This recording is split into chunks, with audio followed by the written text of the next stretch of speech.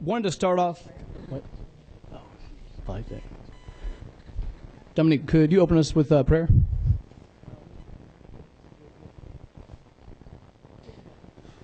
All right, that good? Let's pray. Heavenly Father, we thank you for this day, God. What a beautiful day you have created. Lord, we thank you for the precious gift of life and all that comes with it and how you sustain it. God, help us to use this life for your glory and to help serve others in all that we do. Thank you for this time together as we discuss some things that are important to Georgians and to all of us. Help us to make decisions that are for the common good of everybody, Lord, not just one particular group or the other. And we thank you again for this time. In Jesus' name, amen. Amen. All right, now we can get started.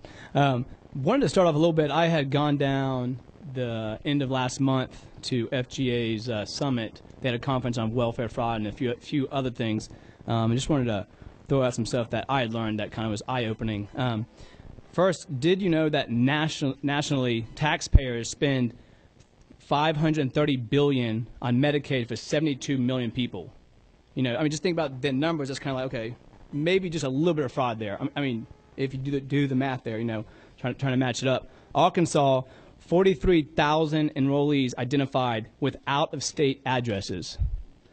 And Arkansas has a little under 3 million people. We have 10 million people here in Georgia, 7,000 of whom have never even lived in Arkansas, ever. And they were on it. Stop the Scam initiatives are saving budgets and protecting resources for the truly needy. Illinois, 350 million saved when they did Stop the Scam. Massachusetts, 400 million. Minnesota, 307 million. Pennsylvania saves 300 million. And those numbers come from the implementation of just one or two of FGA's 18-point checklists. The checklist that FGA has produced is designed not only to get at the backside of the problems, but also preventing fraudulent people from even getting on the programs to start with, which is pretty awesome, I thought. It was just very eye-opening for me. And Stop the Scam initiatives are politically popular with all voters at 81% agreeing, and this includes Republicans, Democrats, and independents. It's across the board, you know. And it's time for us to make welfare reform one of our top priorities in this country and state. And let me say, I'm not saying let's start witch hunting. Definitely not saying that. I'm just saying that we need to take a compassionate and caring approach to this cause, because a lot of people are hurting and are crying out for us to do this for them in terms of helping them rise from welfare to success. And second, being able to sustain ourselves as a nation for generations to come. And we can't with the way we are spending. And so as long as we have men, women, and children on a list, a disability list, and cannot be helped, and I guarantee it's in other states also, then we must do better at allocating our resources. And so from looking at the dollars we are spending on welfare, it's been clear to me that it's not more that we need to spend exactly. And I'm not saying, you know, we can't here and there, you know, we have to be wise. But we need to look at how we're spending it. And is it going into the hands of the poor and not the fraudsters, is the question. And let's remember, we asked for our positions, all of us, and that includes going the extra mile to give our best effort for the truly needy. So thanks to all of you for participating in my prior two committee hearings and this one and giving your time. It means a lot, you know, so that people in this state are being helped and the truly needy. So let's get started, and thank you again so much for coming out. It means a lot. First, I'd like to come up and talk is John Anderson with the Georgia Division of Child and Family Services.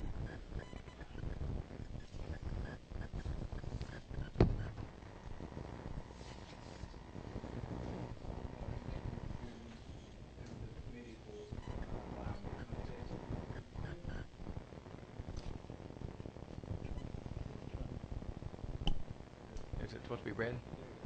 Red? Okay. Looking for a green light. Sorry. Yes. It's red. Okay. Very good. Good morning again. Good morning.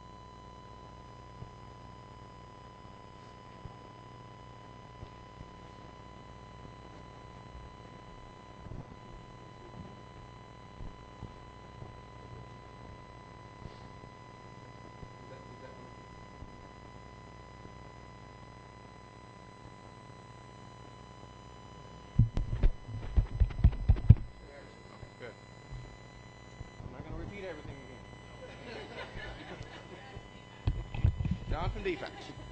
So you've asked me to come here today to talk a little bit about the SNAP program and the education and training component of the SNAP program, and just want to kind of give you an overview of what's going on that's in the SNAP program, and we'll talk a little bit more about the education and training component.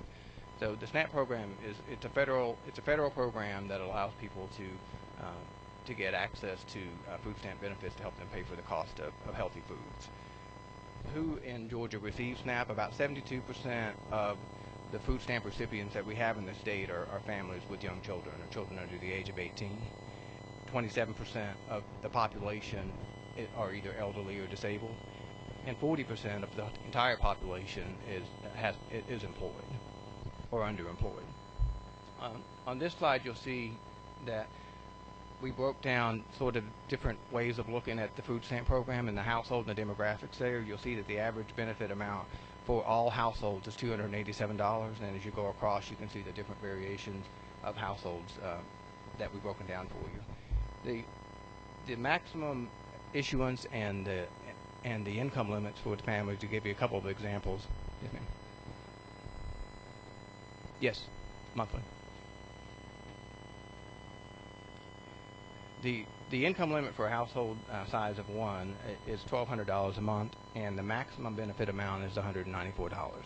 I say that because if people have income that they are working, either part-time or full-time, or they're underemployed, as long as they're under that $1,200, that the amount of benefits varies based on what their income is. So the more their income is, the less the benefit amount is. It's sort of a counterbalance, on there. So, and you'll see that a household of 4, the income limit per month is $2,600, and that's gross income, and the maximum benefit amount is $649. We've got about 1.8 million individuals receiving food stamps in Georgia, which equates to about 850,000 households. We bring in federal food stamp benefits alone in the last state fiscal year, it's right at $2.8 billion. The economic impact of SNAP, there's been some studies out there about what SNAP benefits do. Is they're 100% federally funded. When those dollars get into the state, it generates another $1.70 in economic activity. And if you see the little wheel on the chart about how that works, that there's money that gets spent from the farmer that grows the food, to the grocer that employs people, to the landlords that get funding from. You look at me strange. Did you lose me again? Okay. But all the way around, and that's how they determine the benefit of the federal SNAP dollars in the states. There's a couple things I want to share with you as well about SNAP performance. As I said earlier, this is the federal program. The feds determine the rules of the program, and the states have to write plans that are in compliance with the federal rules to be able to administer the program in the state. There's two major things that they look at inside the program that states really have to watch out for. One of them is quality. We have to make sure that since these are 100% federal funds, they want to make sure we're as correct as we can possibly be when we issue a benefit. As you saw, the $2.8 billion that we were talking about earlier, 1% can make a big difference. That's a lot of money. If you're off by 1%, that's still a lot of money. So we look at the accuracy. They look at the accuracy of our determination. They also look to see, did we determine benefits timely, which means that did we process somebody's application in the amount of time that we're supposed to process them.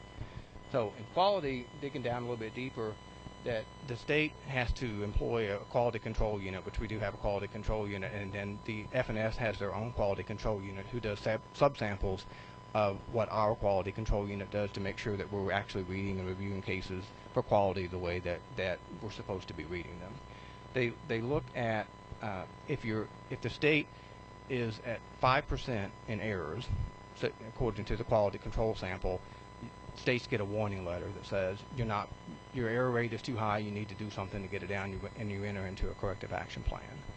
When you are over 6%, you get a warning letter and you get a fiscal penalty. So we were in 2 years in a row. I'll show you in the next slide. 2 years in a row. Fiscal penalty means the feds would say they take a percentage of the overpayments and they determine a dollar amount that we would have to pay them back. No, they're taking back state dollars. You can't reinvest, you can't match these monies with that. So, for example, this year, on that 6.49%, the calculation that they did on what we would owe them was $1.2 million. And so they sent us a letter that said, you owe us $1.2 million. And so the states would pay that back to them with 100% state dollars, which is, it's not a good situation to be in. So, and as the error rate climbs, those fiscal amounts can continue to climb. It's not a stagnant rate. It's based on the number of errors and the total dollar amount of the errors. The second thing that the feds look at for us, or USDA looks at, is timeliness, to make sure that we actually determine benefits on time. And they determine timeliness as being 95% timely, because they know there's situations that you're not going to be able to get things done on time, like if somebody doesn't ask for more time to provide their verifications, and other types of things that can happen that are sort of outside the control of the process. So there's two timeliness measures that are reviewed. One is about expedited services, which are those individuals that make very, very, very low income, like less than $100 to their name, or zero, down to zero. We have to get their benefits to them, make the determination within 5 days. And the regular families that we talk about, the low-income working families, that we have to make those determinations within 30 days, and these are approvals or denials. So there's an exercise we have to go through for both. So a little bit about where we have been on timeliness, as you can see on the chart, that chart over there, and I won't go into every year, but the feds are expecting 95%, and we struggled, to get to 90. Last year we were at 66% timely, and according to quality control rates. So we're under a corrective action plan to get up to a better place by the end of this year. And then there's a benchmark for the end of this year, which is to get to 85% timely, and then another benchmark for the end of next calendar year to be at 95%. So we're working towards that. So we did. Yes, sir. Well, it looks like we're struggling in the last few years. Can you attribute that to anything? I can, and we'll just move on to the next slide.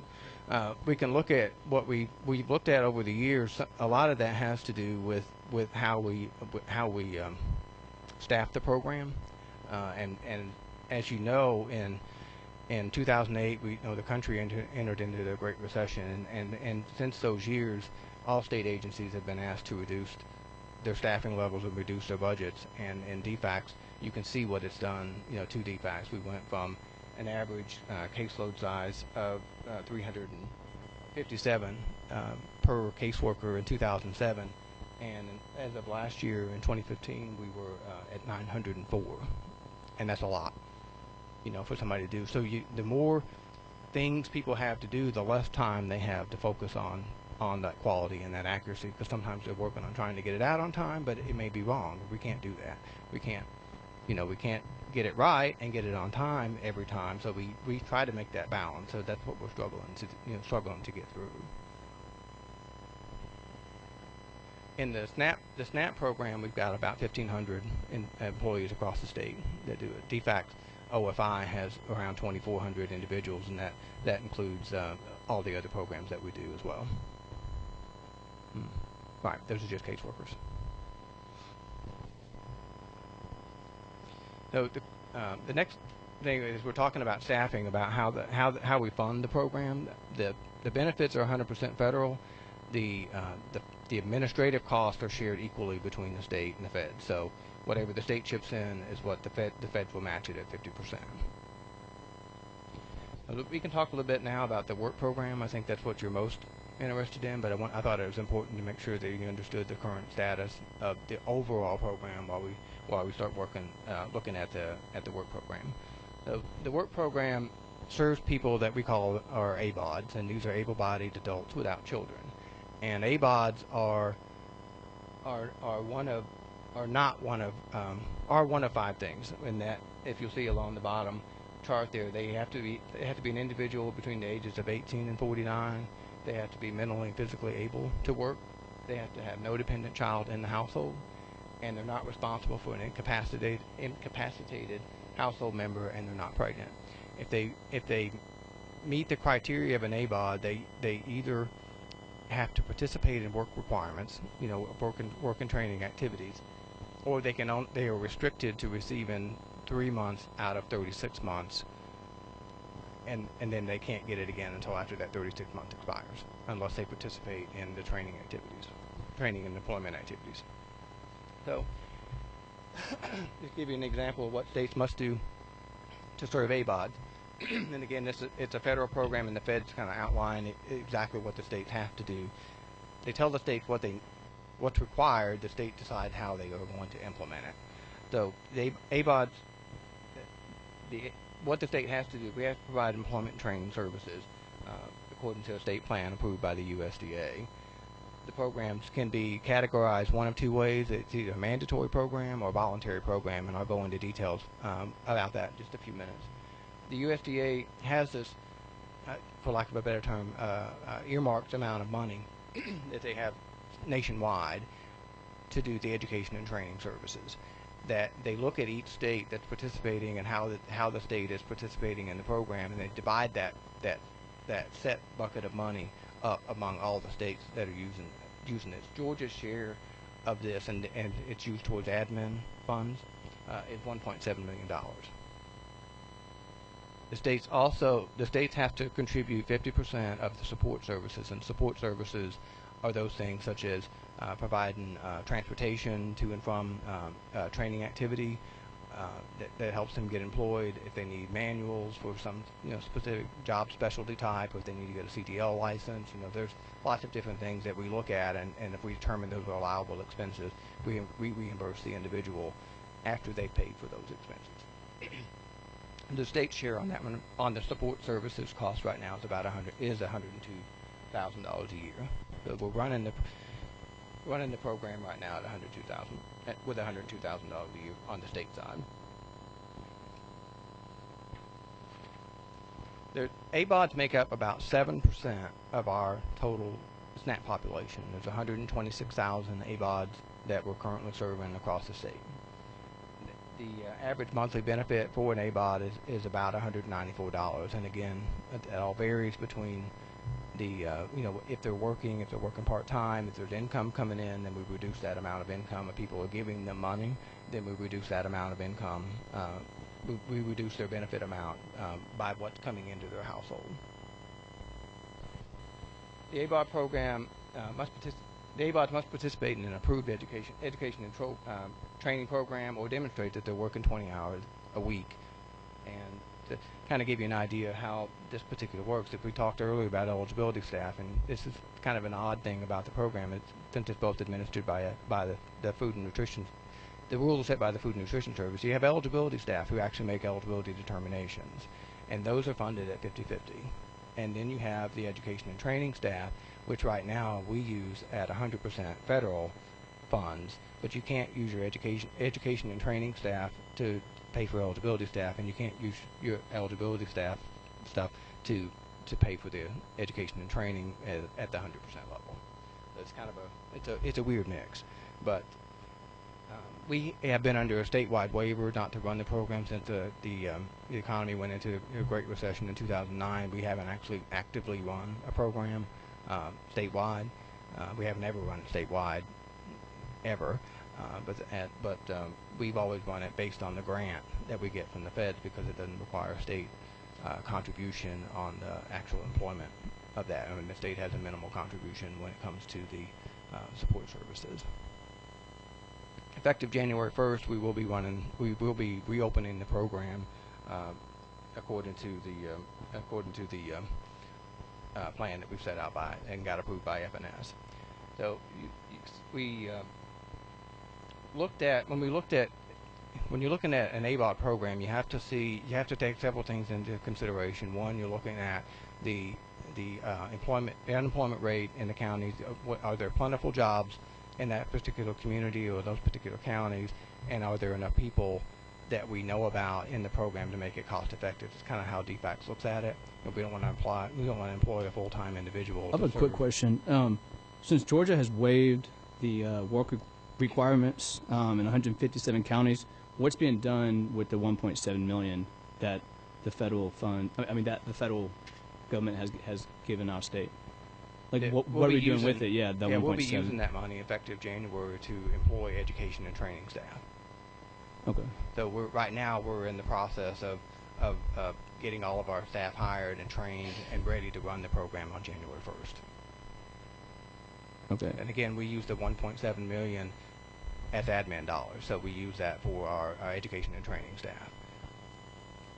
It's different than our eligibility staff. Do y'all know yet when we'll be able to implement it? Since I mean, I understand we're waiving it again, but do y'all know yet? I know we had talked a little bit before, but Well, we are going to operate in. We looked at what counties met that criteria. There were 7 counties that met the criteria for an ABOD county. As we dug a little bit deeper into it, we found there were really only 3 that was cost effective for us to serve. With the 1.7 million that we have out there, and those counties are, I think they're on the next slide. That down here at the bottom, Cobb, Hall, and Gwinnett are the 3 counties that will be operational in using the traditional FNS grant. But that goes live January 1, correct? That's correct. Yes. So Right. it So- does start in January. okay, thank you. You're welcome. So, I'm sure you'll be excited about this next piece as well, because and I don't want people to get confused, because we have the regular program, which is the $1.7 million that we get from FNS, and it's based on our capacity and our share of the total nationwide E&T budget. Last year, FNS announced a grant that states could compete for to improve the ABOD program, to look at new ways to serve individuals, and we competed for that grant, and we were awarded a grant to the tune of $15 million.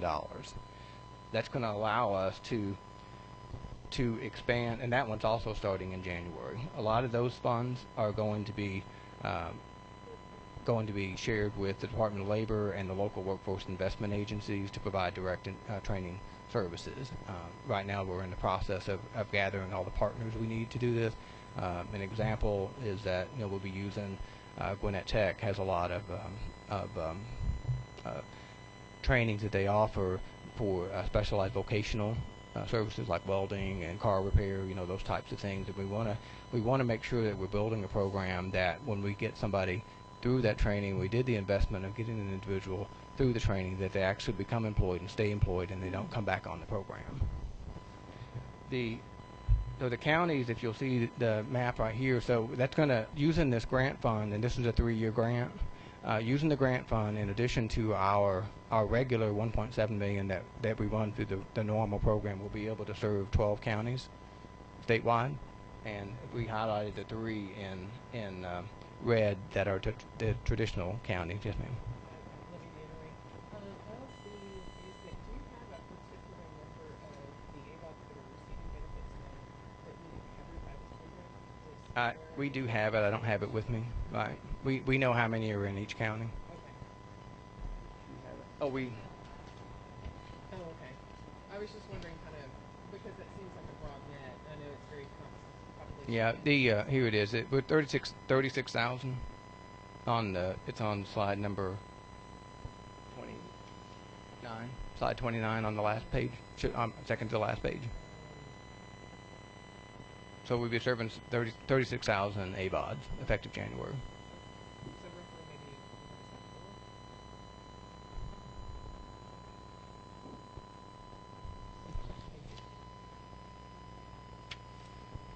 4? So we're excited about the grant. Yes, sir. The grant, do you have all the dollars accounted as far as do they have a place to go?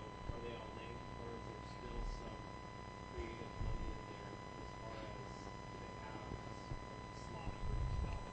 Yeah, when you write grants, you have to say, if you're asking for $15 million, you have to tell the Fed where you're going to put each one. So I'm not aware of any discretional funds. We know how much we were given to DOL to be able to help us with the case management services and the workforce boards, and how much we anticipate to pay on training. This past week I was in Utah, and they have a program that they have a grant for that, we have training, and we have, these different programs that people can go through, and then, say they get to a job, they have a complication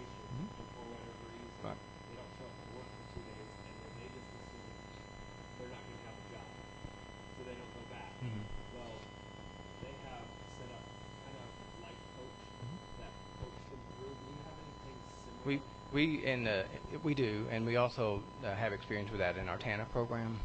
I'm not sure if you are familiar with that program, but we recognize that as being an issue because sometimes we're dealing with people that don't understand the importance of getting to work on time.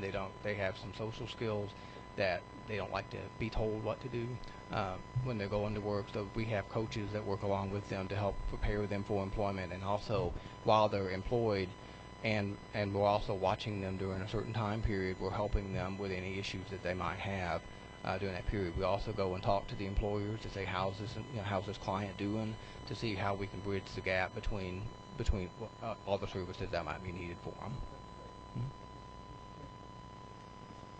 Just wanted to, anytime I get ready to say something, I'm sure everybody just kind of goes, "Oh Lord, what is this going to be?" But I think I have a recommendation, Mr. Chairman.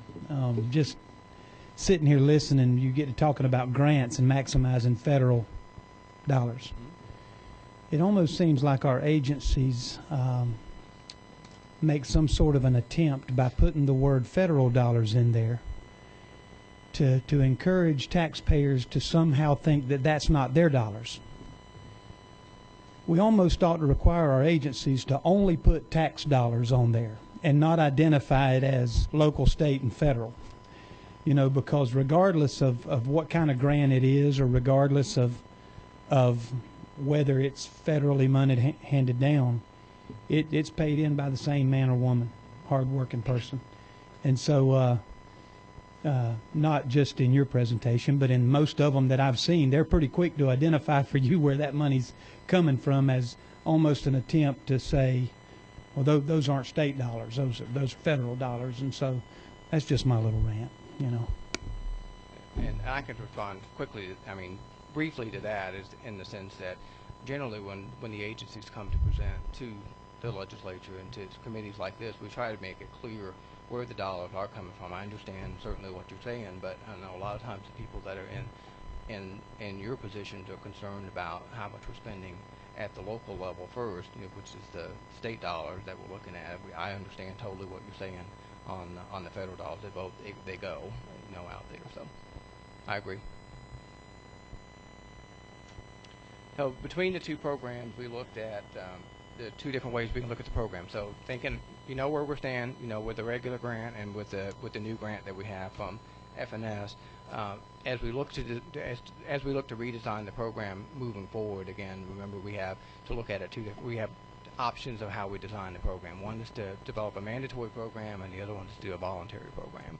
So a little bit of details on the mandatory program is that a mandatory program requires that you actually, when somebody comes in and applies, that the state aggressively reaches out to that individual and says, you need to come in and you need to provide you need to do these types of activities to continue to get food stamps.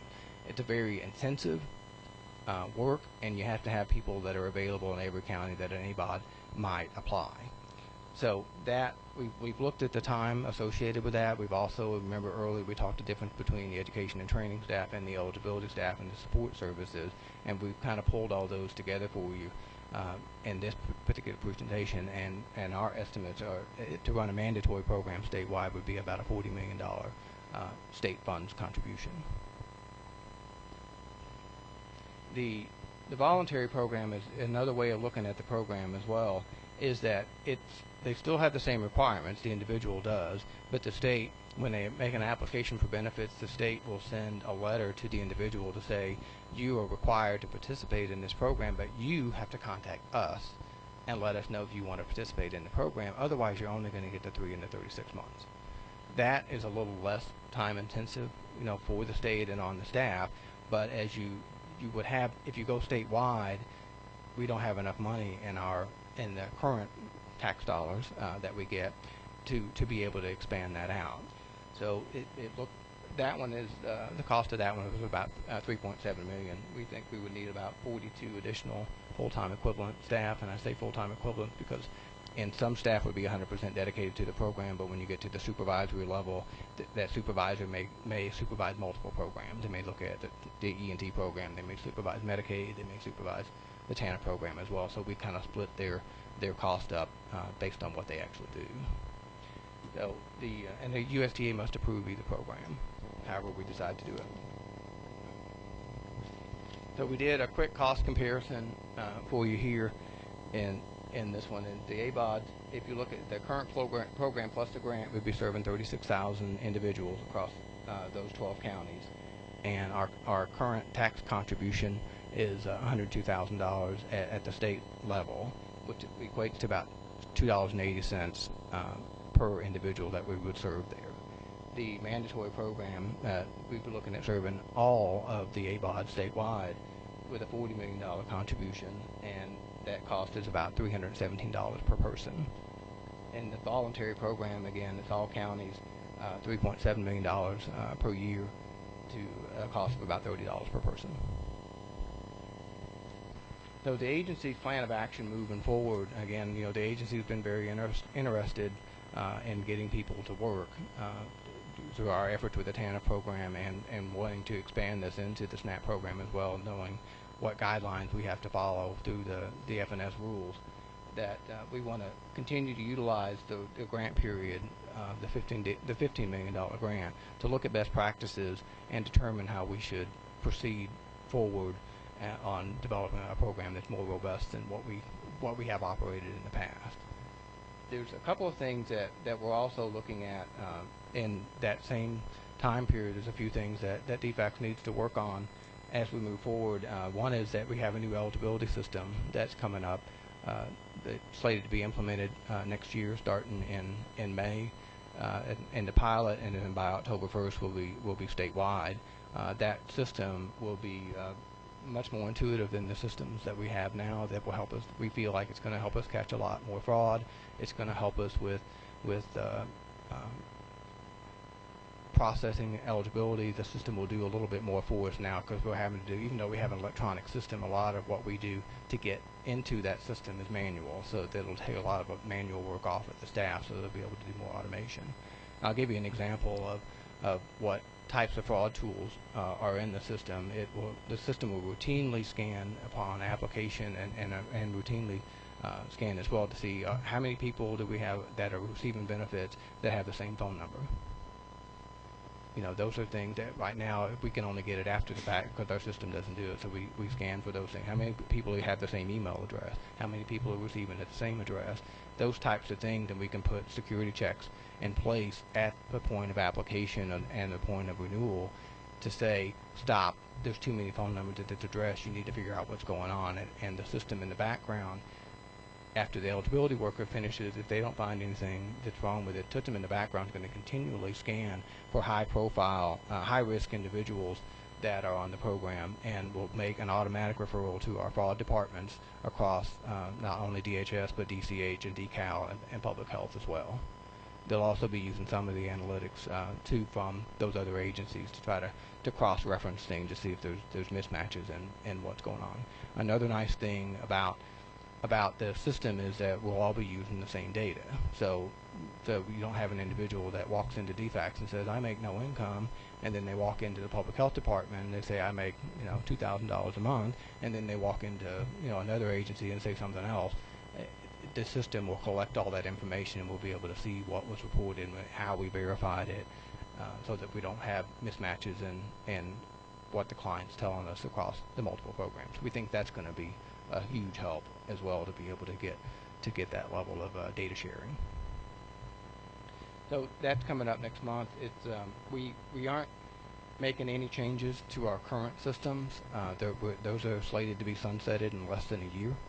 So we're not making any changes. We built the design around the new eligibility system, and we're in our user acceptance testing. We're in the third week of testing for the system, where we actually go in. We have employees that go in and start testing the system to make sure it's working like we designed it. So that's in its third week, and we're excited about that. We'll be in testing all the way through the end of March, and then we'll go into pilot in May. So the other things that we're focusing on right now is our current performance issues and timeliness, and in our quality as well. We do have warning letters from FNS on both of those issues, and if we don't improve this year and next year and continually improve, there will be additional fiscal sanctions against the state. I don't know if some of you remember in 2014 that there was a lot of headlines that FNS wasn't happy with the way DFACS was administering the food stamp program, and the number was thrown out there. There was $75 million at stake. So DFACS needs to really concentrate on getting time, quality and timeliness under control, while we're also bringing in a new system this next year. And we'd like to use, again, the grant to the next 3 years, bring on a consultant to help us kind of run along beside the grant and help us build a program that's going to work well for Georgia and meet our goals, because we all believe, you know, at the department level and division level, that people need to work. If you can work, you need to work. We completely agree with that. But we want to build a program that actually is going to work. It's going to get people into employment and get them self-sufficient and then not be dependent on our programs. So that's what I have to share with you today. I'm willing to take any additional questions. Any questions? The new system that we're implementing next month, does it remind me, does it check employment for surrounding states? There was a presentation made, and I can't remember if that. We have a database that it's called the Work Number, and it's nationwide. That if employers use them as an administrative agent, it collects their paycheck information. So people, I don't know if you're in a situation where you've done like direct deposit, and you can go on and you see your paycheck online. It's like this, and they share that data with us. They have special permissions from the FCC to be able to share data with social service agencies. So we've used that system for quite a while, and been very successful in getting the actual amount of pay stubs and the amount of income that we need out of that system. We'll also have a system that right now we're using sort of in the background. It's called the National Accuracy Clearinghouse, that tells us whether people are receiving assistance in other states. That it will tell us that right up front, that somebody to you, they're receiving benefits in Alabama, call Alabama and figure out what's going on before you approve them in Georgia, because they can't receive in 2 states at the same time. We have another database called PARIS, and it's a public assistance something. I don't remember what it's called. I used to know it, but it's a national. Every state every quarter sends in all their Medicaid, their food stamps, and their TANF data, and they're starting to add in child care and the Peach Care for what we call Peach Care for Kids data as well. They send it all up to a national database. That database gets crunched, and then those numbers get shared back with the state that tells them across the state. I mean, I've seen the files before, and I've seen it that we've had overlapping periods with people in Alaska and in New Hampshire. So we give those to our fraud detection folks, and then they go and investigate those individuals and find out what's going on. And it's not, I mean, again, the data is about a quarter behind, so it's not unusual for somebody to move from that state to this state and for them to have an overlap, but we have to resolve that overlap to see if they have an overpayment either in that state or in our state. Or did they move to or from? Okay, So, thank you.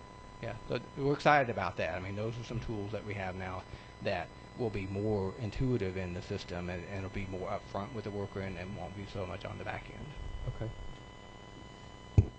On the Georgia's Active OFI caseload chart that you've given us, the caseload 2007 was 357 per caseworker. Right.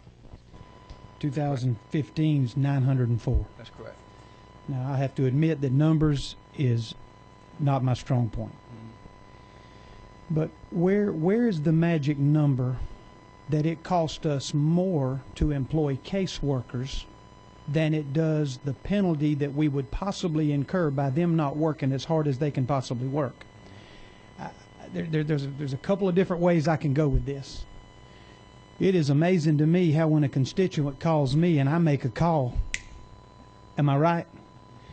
And not because of who I am, but because of the responsibility and obligation that each one of these district representatives has to make sure that we are providing the service to you that the people are paying for us to provide to you.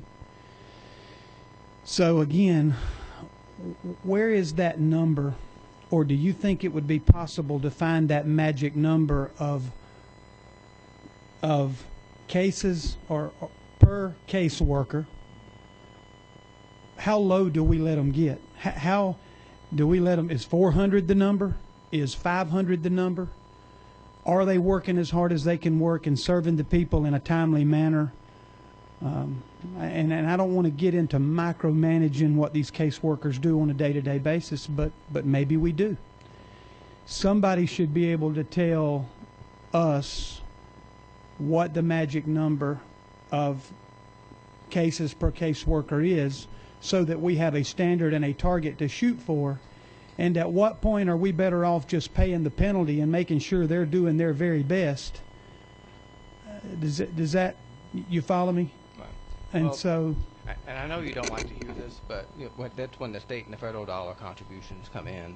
When it comes down to it, is that we have, for every dollar that we spend in Georgia on administrative costs, the way our cost allocation model works in the SNAP program, it's a 50%. So you get another dollar. You get dollar for dollar on that. When the Medicaid program just recently went to a 75-25 match, so the state contributes 25%.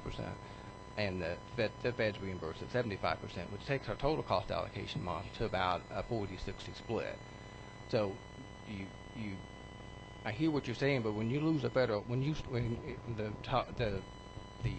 impact of losing the $1.2 million is really higher than $1.2 million because you've lost your federal match. You can't spend as much on the program as you would have if you had the federal match.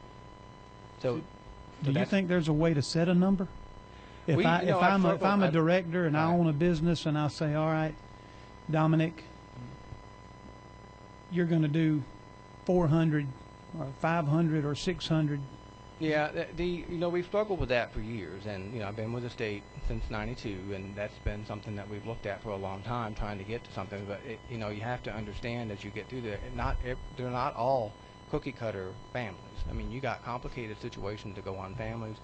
When I was a caseworker, there were some cases I could get through the interview, get it all done within 30 minutes. There's some that took me 2 hours because of all the stuff that we had to go through and everything that we had to look at. You don't always have everything you need when the customer walks in, and sometimes it takes multiple contacts to get what you need from them, because they'll send you in, you say, send me the last 4 pay stubs, or they'll send you 2 pay stubs from 2 years ago, and then you follow back up with, I didn't get the right thing, and you're working with that family all the way to the end of that time period to try to get it done. So if everybody brought in everything they needed when you needed it, then you could get closer to that cookie cutter approach that we know how much time it's going to take. An example in the Medicaid program, it can take 15 minutes to finish a case on a very simple pregnant woman, or it can go up to 2 and 3 hours, sometimes a day, on these complicated adult Medicaid cases where you have trusts out there, you got bank accounts you got to look at, and some of them have bank accounts across multiple states, and you've got to make sure you have everything in there. You got life insurance policies, burial policies, so it's hard. I would like to get to that point that you're talking about, but I've never really been able to solidly land it there, because I've gone through days where I could get through 8 hours of easy cases, and then I've got a day where I spend half a day on 2 cases. So it's kind of hard to see what's going on until you actually get that family in the door and you do that interview with them, because they're not required at the application level to give us anything else except their name and their address to get an application on file. And then you have to bring them in and go through a much more detailed interview process where you're asking them all the questions that contribute to an eligibility decision. Who all lives in the household? What's their dates of birth? What's their social security numbers? And then you've got to do all the verifications around those. What's your income? Where do you work? How often do you get paid? What's your hourly rate? There's lots of stuff that goes into that. In the Medicaid program, you're also exploring, do they have insurance? And then you've got to get copies of the insurance card, and they have to have them sign waivers for Medicaid to be able to collect from the insurance company before they do that. So we need a lot more accountability at the applicant level. The person that's coming in asking for help has to be absolutely handheld and babysat through the process. I said sometimes you do, but we're dealing with a very varied skill set. I mean, you get some people that are college educated and they've lost their job for whatever reason, that skill set. So they may come in and apply for temporary benefits. And you get some folks that have a 6th grade education or an 8th grade education that you really have to work hard to try to get them what they need. That's not even including all the language services that we might have to provide with sensory impairment if somebody's blind or if they're deaf. There's extra work involved with trying to communicate with those individuals, and that doesn't necessarily get reflected in the numbers of a per individual. So it's complicated. I'd love to get there. I think if I had my druthers about it, I would be at a 1 to 400. I think that would be the best way to do it because it allows staff time to look at it. And I do believe that this does drive up our fraud because workers, they have so many cases and they don't have the time to spend on looking at each case individually and saying, does this make sense? Because when you talk to a family and you're doing an interview, if you're doing a detailed interview, sometimes you find things that don't make sense. Like they live in a house, they live somewhere, they're paying X amount of dollars in rent, but they only have $20. They only have $20 to their name. Okay, well, how you been living? You have to get through that question. Are people giving you money? Are people paying your rent? How long you been in the situation? Are you behind in, do you have a cutoff notices? Those types of things. So they're very complex situations sometimes, and they're not happy stories, in a lot of situations. Kind of getting back to that, the cases per caseworker, kind of following on Dominique's, is there any way that you could quantify the impact that the new integrated system is going to have and the ability for for caseworkers to handle heavier caseloads, but not, is there any way, or is such a fluid situation right now that we really can't quantify that? We anticipate the system's going to do a lot more that's manual for us now, so they may be able to do some more. The system will do some more automatic verifications and tell the worker, wait, you need to stop on this one and spend more time on it, or it'll just say go ahead. It looks up, we checked their databases. An example is, a customer tells us that they make $1,200 a month and on a household of 4. A database will go out automatically and check with the Department of Labor, do we know that information from the Department of Labor, does it match? And if it matches, especially in the Medicaid program, it'll come back with a green light, not literally, but it will come back with a green light for the worker that really everything that the customer is telling us matches everything that we know in outside databases. And you don't have to ask for additional verifications on things that we verify through other databases. You're welcome. One question. Isn't Deloitte and its subcontractors going to be the vendor and contractors providing the consulting services for integrated eligibility? Why would you need an additional contractor? Since they are the ones doing it, I think, right? Because you had mentioned an additional contractor, I guess, on top of Deloitte to help with the consulting services and all that. Who had mentioned that? I thought you had, and I was just asking about. I don't think I'd said anybody additional. And just Deloitte. Right, Deloitte is the only one that's building the system for us. Now there are what we call business services inside that contract that Maximus Incorporated will be doing. One of it is like a help desk. The help desk services. Once we get into maintenance and operation, they'll take calls from the public and from employees and help them figure out what their problems are and get them to the right place. Like, for example, if an individual is going through our customer portal and they get stuck on the screen, they don't know what to do, or the screen freezing up, those types of things, they can call the help desk, and the help desk can help them work through that, and that will be through a contract service. There's also the Peach Care for Kids service desk that's out there, so they'll be able to, people that are receiving Peach Care for Kids, they can get those services through that service desk and not have to call the local DFACS office. Okay, thank you. Any other questions? Thank you so much. Thank you for having me.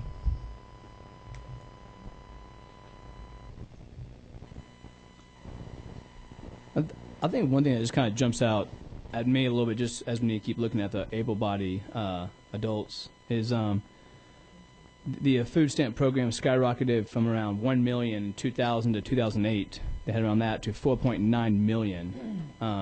And 75% of these able-bodied adults who do not have kids are not working at all.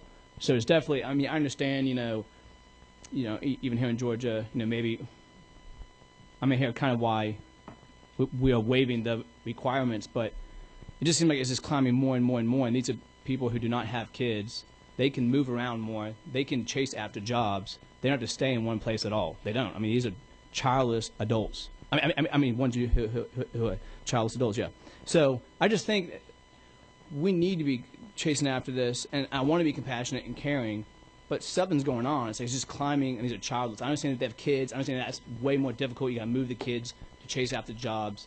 But I just feel like, and these are numbers like nationally, Well, I just think it's something we would have to look at. There's something that's not lining up right. I don't think so, at least with these able-bodied adults. So I don't know. This is something that kind of pulls at me, and I think it's something we do need to look at even more and more, and I think we need to really push at doing the work requirements here in Georgia big time, at least on these childless adults. So anyways, the next one I'd like to have up is Kenneth Hutchison. He's the Prosecuting Attorneys Council of Georgia. He's with them.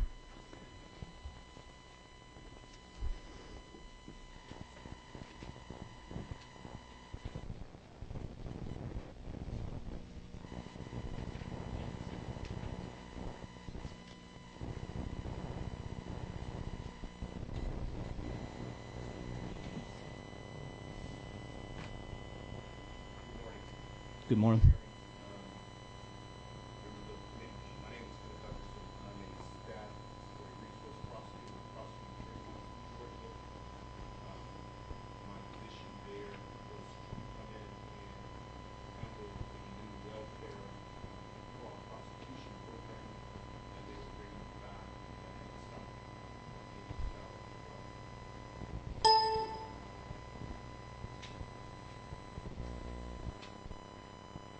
Under the old system, started in 1984, DHS would contact the prosecuting attorneys in particular circuits directly in order to prosecute suspected fraud in that particular location. That program was terminated in 2012. There were no welfare fraud prosecutions through that program for the past 3 years. And in 2014, DHS was able to establish 2,570 claims of intentional violations. Those claims valued approximately $11.5 million.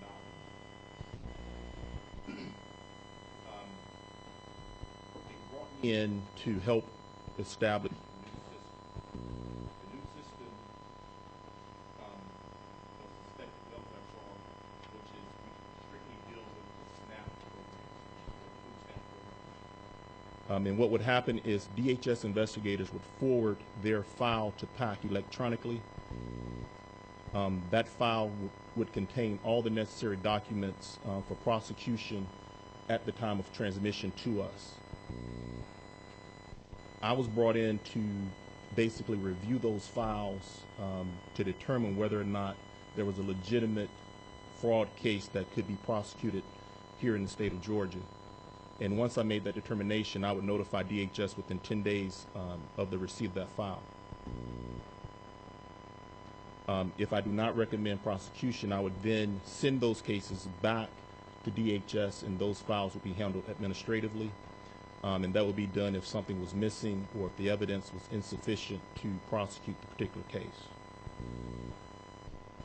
Once I determine the case to be prosecutable, that file is then forwarded to the individual circuit for prosecution. Once the file is sent to the local prosecuting attorney, they will handle that file in the normal course of business. It's an actual crime, so they would have the option of either diverting the file or diverting the case through their normal process, or they would indict or accuse the actual case and prosecute it as they would any other crime in that area. All the decisions are handled locally, so we aren't taking any authority or discretion from the actual prosecuting attorney in that circuit.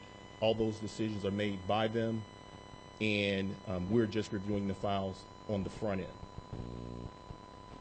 Those final dispositions are then sent to DHS, and they would keep track of the numbers as to how many of those cases are closed. And for certain designated actions on any file that we receive and that we send to the DAs, they're then able to submit what we call events, and they are reimbursed for their time and efforts in prosecuting those particular cases. The parameters are that for any case to be sent over to us for our consideration, that theft or fraud must be over $5,000. The ones that are not over $5,000, DHS handles administratively. The cases that we deal with are strictly the food stamp fraud cases. So we aren't receiving any cases that would be strictly TANF or child care at this point. All of our cases thus far have been the food stamp fraud cases. In past, and this has been up and running, we started about a year ago, but we really got it up and running approximately 6 months ago. That's when the files started coming into us. And since that time, we've processed somewhere around 200 cases. The total theft for those 200 cases is $2.2 million. The average is about around $11,000. Those cases have been referred out to approximately 37 of the 49 judicial circuits in Georgia. So the fraud happens all over the state. It's not centralized in one particular area. The highest one that we've seen thus far was a theft of $38,660. And as I said, the low would be right around $5,000. And what we're seeing as far as the actual fraud that's being committed when they are filling out their information to receive the assistance is the number one is where they indicate that the children's father is not in the house, or the spouse is not in the house, and the person is actually living there.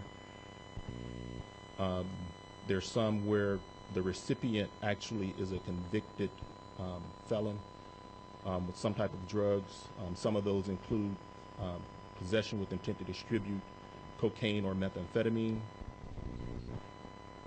They understate their wages. Some of them will actually alter the check stubs that they would submit in order to become eligible to receive benefits. Some of them actually live in different states. The recipient does not report child support that they are receiving from the absent parent. They fail to report employment. So that's what we've been doing. In reading the actual statute, the Public Assistance Fraud Statute, which is OCGA 49415, what the Prosecuting Attorney's Council would ask is that we move the actual statute. I have a question. Okay. So with the case that you had that was $38,000, which one of the four was that? Which one of the highest fraud case? What Yes. kind of case was that? That was a case where I think the mother was indicating that the father was not in the home. However, the father was living there. He used the address on his voter registration. He changed jobs and got an increase in salary. He used that address on that application and on the information to that employer. He registered cars at that location. How long was this going on? I mean, how did it? I'm trying to figure out how it reached 38,000. Was it going on for like 2 years, 3 years? Yes, it was going on for years. Okay. And each time she would come in and renew or update the information, she would completely leave him off and basically say that he was not living in the home when he actually was. And you know how many kids were in that home? I do not remember. That's all. Okay. Any other questions on what we've done so far?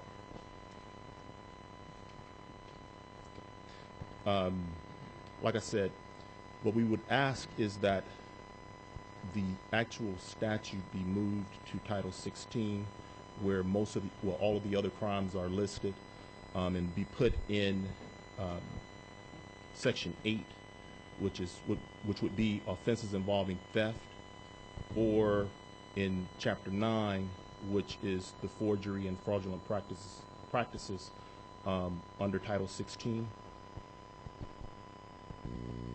The purpose is that it would make it consistent. All the other crimes are listed in Title 16. As a prosecutor, we very seldom use Title 49. And it's similar to what we did think last year with the elder abuse and exploitation statute where we moved it to Title 16. There also needs to be some changes to the actual language in the statute. Now they're using EBT cards and electronic transfers. Everything is pretty much done electronically. And the current statute only deals with the actual food stamp coupons that used to be distributed. Any questions? All right. Thank you. One question. Okay. So if that were moved to a different place in the code, does that make the prosecution more easy, or does it just obfuscate everything more? It makes it more consistent. It wouldn't necessarily make it easier because I don't think we're going to necessarily change the requirements of proof. But just like we moved the elder abuse statute to Title 16 just to be more consistent. Seems like a lot of trouble if it doesn't really achieve anything. Well, I think it achieves it. It makes it simpler. It makes it more accessible for prosecutors. And I also think it makes a policy statement for the state as well, put it in the criminal section. Because then I think it makes people think second about doing that when they go, okay, Right. it's actually in Title VI, you know, it kind of makes them step back and go, should I take that chance? You know, it kind of Right. makes them more aware. It puts it in the title that's actually listed as crimes and offenses, and not. I think it's Social Security or public assistance. And I think anything that brings more awareness to what's going on and trying to slow down the fraud, you know, so we can help all these men, women, and children who are on a list waiting, who are disabled on the disability list, you know, is something that I think definitely is a very positive thing. And I know you alluded to this, and I was trying to make some notes in my phone, but is there sort of a country boy way to explain to folks how much it costs to prosecute a case versus how much they're frauding the system for? I mean, you got to think that with the amounts of money per person that this pays out, which is not a whole lot, that to prosecute it would cost the state more. And don't get me wrong, I'm not saying we don't prosecute, but is there a number that's easy to sort of come up with that says, hey? I do not have a number offhand. However, prosecuting these cases would be a lot less than, say, prosecuting a murder case. I don't think the money, if that's what you're alluding to. Well, of those 2,500 cases, it was 11.5 million or something around there, Yes. and I can only think if you figure that out, that's $4,500 or something dollars per case per year, Mm-hmm. and to prosecute those. And I hadn't had to work with attorneys a lot, but the few times that I have, I don't think it would get there. Prosecuting it would not get to that amount. right. That's one of the concerns I've heard is if it's costing us more to go after them than it is to No, I don't try to think fix it on the front end. And Right. I don't think it's costing you more to go after them. The other thing that you have to be aware of is that if you don't go after them, then the number of frauds is just going to spread because people are going to realize how easy it is to do it, and that the state is not doing anything about it. oh, absolutely. I So- just think it focuses our attention more on the front end, and some of those will sort of weed themselves out as we go after the bad ones and trying to figure out ways to fix it on the front end, obviously. Right. So there's a deterrent aspect of going after them, even if the money is a little closer. It'll That's weed right. itself out and eliminate some people that may have the inclination to try it, but they realize that, hey, I can get in trouble and actually end up in jail for this. You did mention a good point, and I hope we all heard that, is that the voter registration data Yes. is would be a good place to start with matching addresses and phone numbers, because people are really quick to go and register for their voice to be heard to protect this very type of a entitlement. Right. But they forget that we can also use that to track down the responsibility of those dads and parents. Yes. So that would be something that maybe we look at trying to look at, you know. Do you have a question, Representative Price? No, I'm just sort of new here. I think, I mean, definitely, I think if we move in that direction or something that you recommend on Title 16, I definitely know with people my age, I mean, I hear it all the time, just in circles of people my age talking. I mean, they talk about how, friends who are trying to get on it, just, hey, it's free, it's out there. I mean, they're not afraid. They're just not. And it's in my generation. I hear them talking about it all the time. So I know, I want to be careful, too, at the same time. You want to be careful because you want to be passionate and caring and loving. You want to care about people because you don't want to pass something and it hurts people, Right. and does more damage than good. So, definitely There be careful. definitely needs but to be a balance. Yes, You're exactly right. Definitely. Any questions? Any more? Well, thank you so much. Thank you. All right, next we have up Roy Leonardson from the Foundation for Government Accountability. Yes, sir. That's great. I don't have any handouts. I can make them available. First of all, good afternoon, and thank you very much for having me. I should say I have a secret motive for being here. My son is a cadet at North Georgia, and he's contracting tomorrow, so I get to fly to Atlanta and see my son get contracted with the United States Army tomorrow. in Georgia. Congrats and thank you for what he's doing. It's a great school. We appreciate it. I wanted to, first of all, I work with the Foundation for Government Accountability. I handle their state and legislative affairs. We're working in 31 states throughout the country.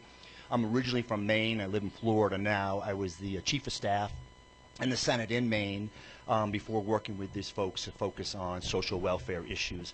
I'm here today, I think, just to talk a little bit about the Maine experience that I was a part of in terms of welfare reform generally, and take your questions and those that I can't answer. We have a lot of smart people that work on this specifically. I'll make sure that you do get those answers. I want to sort of just begin to talk about why we did this, and it was a theme that the Governor LePage and the Commissioner Mary Mayhew laid out, and it was 3 points. They wanted deter, protect, and secure. That was the whole sort of incentive to look at welfare reform and fraud and other issues. And when I say deter, it was pretty obvious. Deter fraud. The other thing that they discovered is they wanted to protect the folks that were already receiving the benefits, because we were seeing sort of an erosion of the trust and the support for welfare generally because of the perceived, either real or imagined, of fraud and welfare in the state of Maine. And finally, secure was to, when you go to the voters, you can say to them with confidence that we have a system that has integrity, is secure, and the fraud, the fraud has been released. So it's sort of a taxpayer protection of that piece. So I just lay that out because the goal initially was not some intensely partisan to punish people or to prosecute. It was really to admit up front that the system we had in place had the flaws that were created by the state. The entryways, the entry points, the checkpoints along the way. There wasn't a conscientious effort to protect that whole system. So that's why it all, sort of the genesis of it. The reason that's important, at the peak in 2009, Maine has a population of 1.3 million people, which is probably not as many as greater Atlanta, I would imagine. And it's an enormously large state. It's over 300 miles from end to end. You can fit all the other New England states. So it's rural and sparsely populated. 1.3 million population. At the peak of welfare in Maine, 1 out of every 4 Mainers was on welfare. We had several counties where more than 50% of the folks in the county were receiving welfare. That's unsustainable, as you can imagine. So that was sort of the genesis of this deter, protect, and secure initiative that they started. Food stamps reached an all-time high of 255,000 in 2012. So 3 million people, 255,000, which is an extraordinary percentage by any standard, as you can imagine. So what did they decide to do?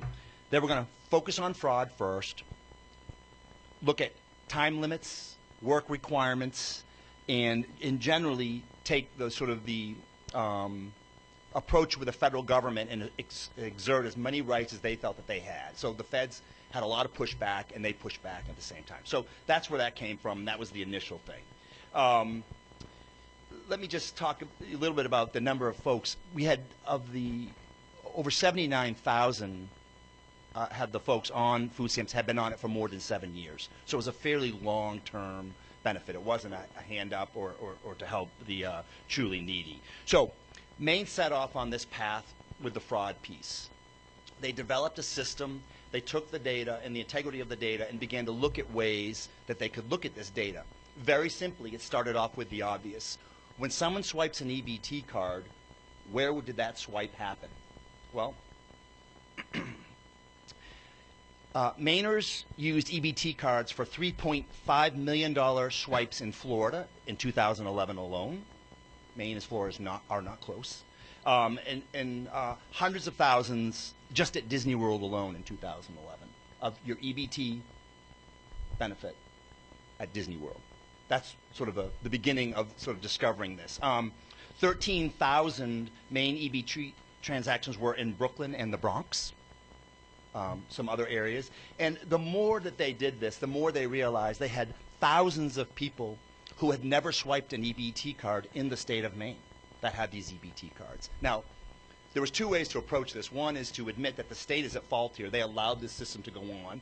Or the other one is to go crazy and start prosecuting all these people all over the country. The governor and the commissioner decided, we did this. We made this mistake. We allowed this to happen. So they took a very different tack, and they just began shutting it off. Literally to the point where, if you'll excuse me, strip clubs, bars, and casinos, staff literally went into them, took pictures of the ATM machines, put them into the system, and turned those ATM machines off one by one.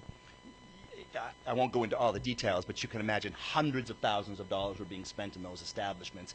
And the governor and other folks believe that that was probably not a legitimate use of taxpayer dollars for what's expected to be nutritional benefits. So, in rolling back the abuse, the theme was, know your EBT data. Know it. Understand it. Ask your department to really understand the data. It is not difficult. It's a uniform file. I believe the deputy commissioner in Maine has said he will give it to any state that wants it. I think they created the system. It's not a perfect system, but it allows you to drop in your data and get a snapshot in any way that you'd want. Close out-of-state cases immediately. Go after the folks that have never swiped a state, and then restrict out-of-state use where possible. And I think the important thing that I wanted to mention is that the more that you and the political folks and the administrative folks and citizens in general take an interest in this secure part, like let's have a system that works, right? The more ways you discover there are problems. We went in Maine from 5 years ago where there was no welfare fraud to, significant welfare fraud. So the more we reached out and the more we explored this use and began to understand our data, we soon learned that EBT cards are now an essential currency in the drug trade in Maine. There is not a single drug bust in the state of Maine that goes on right now where one of the folks was not on food stamps. That's one issue. But beyond that issue, they're confiscating dozens or 20 to 30 to 40 EBT cards at the drug raids.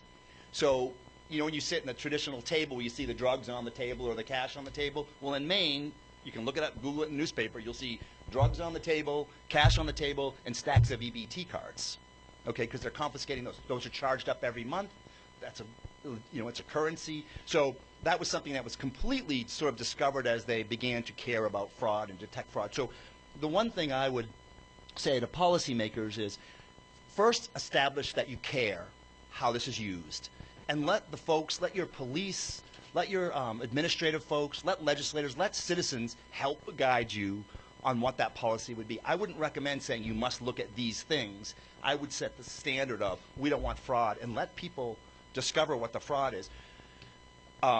Another issue I just want to roll out in terms of this discovery of the fraud, and it's ongoing in Maine as we discover this, is that there are certain markets in Maine that are that small little teeny 700 to 900 square foot market in your community that essentially sells, maybe cigarettes or beer,